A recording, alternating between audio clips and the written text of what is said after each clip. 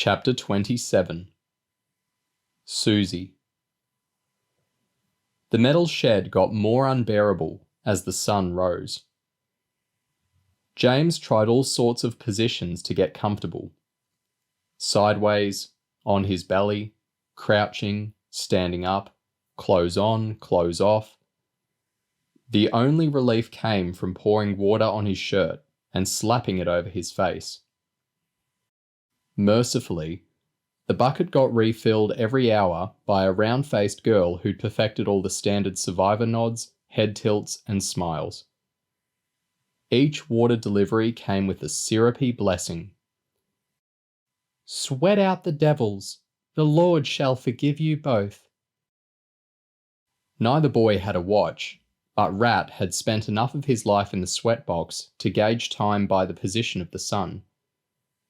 When he sensed it was close to 1 p.m, he told James to clean himself as well as he could using the limited water available. Then put on his trainers and clothes and get ready to run. "This heat has done me in," James gasped. "I'm not sure I'll even be able to walk." "You'd better get it together if you want that cushy work assignment," Rat said. "I nicked some papers out of the office for my stepmom, and she owes me a favour. But we're talking about Joel Reagan's wife. She's a bit of a psycho.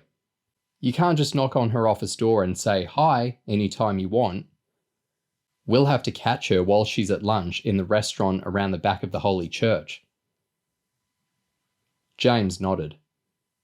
"I'll try, but I'm dying here." Rat practically barged the girl out of the way when she released the bolts to let them out. James was impressed by how tough Rat was, disregarding dehydration and the pain from the savage paddling as he sprinted towards a single-story building 50 metres away. The dazzling sunlight made James's eyelids scrunch up as he struggled to keep pace. Rat cut around the side of the building and clanked down a metal staircase cut into the ground. He grabbed a rubber handle and levered open a metal door with a yellow and black radiation symbol on it. "Emergency decontamination area." The door was 15 centimetres thick, and Rat had to drive with both legs to shift it. "I know every tunnel in this joint," Rat said, as James followed him into a gloomy, low-ceilinged room. There was a line of radiological protection suits hanging from a rail and shower heads jutting out of the wall. A second thick door took the boys into a corridor, with lines of strip lighting glaring off the shiny floor. The air was chilly, which gave James a boost as he ran past rooms filled with dated-looking electronics, provisions, and ventilation equipment. "What is this?" James shouted, as their running and breathing echoed. Rat looked back over his shoulder. "There's more to the ark than meets the eye. It goes 4 levels below ground in places. There's enough canned food to keep us underground for years." The ark was starting to freak James out. The survivors in Brisbane were manipulative and eccentric, but they didn't have underground bunkers, radiological protection suits, or guns, and they didn't beat kids into a bloody mess before baking them in metal sheds.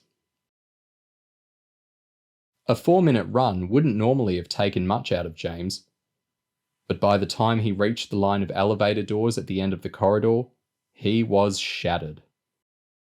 The sweatbox had sapped his strength, leaving his muscles tight and his head thumping. "Okay," Rat said, as they stepped into a giant cargo elevator with a paint-spattered floor. "When we step out, you'd better be on your best behaviour. This is the Temple Restaurant." "What's that?" "It's where the high-ups inside the Ark go to eat proper grub, instead of the tinned slop we get at the boarding school. So behave yourself, and avoid getting into any casual conversations." James was expecting something swank when they stepped out. But the Temple Restaurant was a basic canteen-type deal. although the chunky wooden tables looked like they cost a few bucks, and there were arty black and white photos of the Ark along the walls. A titchy man in a white shirt and black trousers stepped out as they tried getting in. "Excuse me," he said stiffly, clearly not impressed by two boys in school kit. Rat pulled his necklace out of his shirt and jangled the gold bead. The man stepped back a touch nervously. "Oh, yes. It's Rathbone Reagan, isn't it?"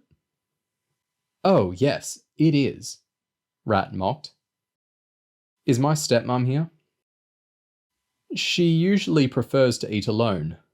I wouldn't..." Rat ignored this and led James between tables, towards a stunningly beautiful woman eating a bowl of minestrone soup. She had long dark hair, and her carefully made up face suggested that her life didn't run on the frantic schedule of a survivor.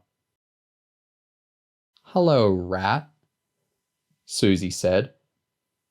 Her accent was American, and her voice indicated a mixture of suspicion and pleasure at seeing her stepson. "Why don't you both sit down?"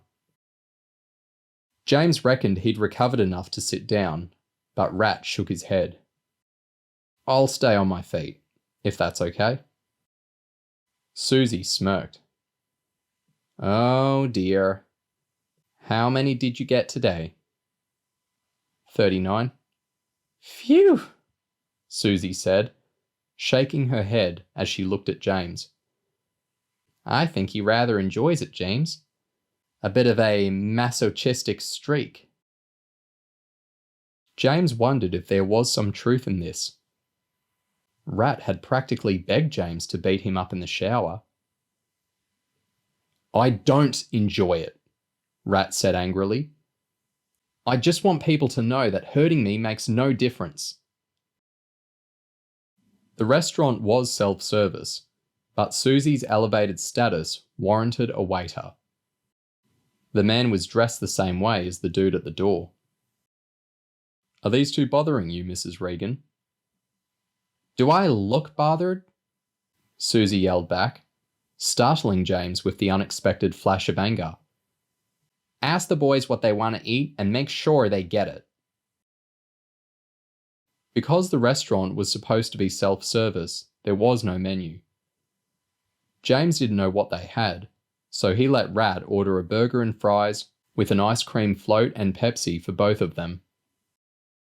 "And get Rat a rubber ring to sit on," Susie said, making James smile at the thought.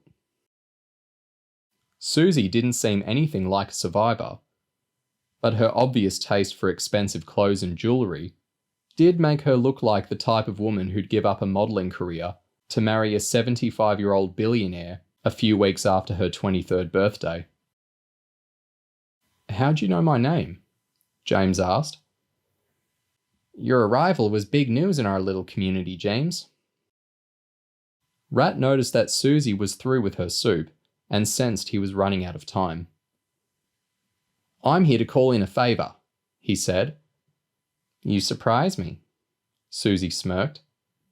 "Ahem," the waiter said. James looked around and was surprised to see the man holding an inflatable rubber ring.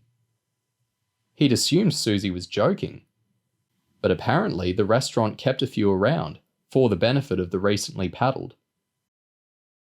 Rat grinned as he settled cautiously onto the ring, making sure that he didn't put any weight onto the tenderest areas of his bum.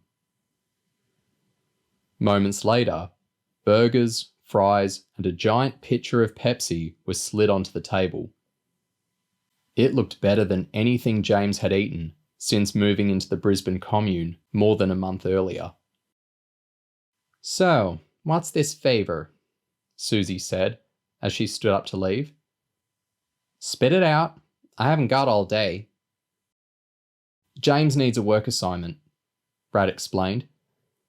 "He'd like something that doesn't involve poo or backbreaking physical labour."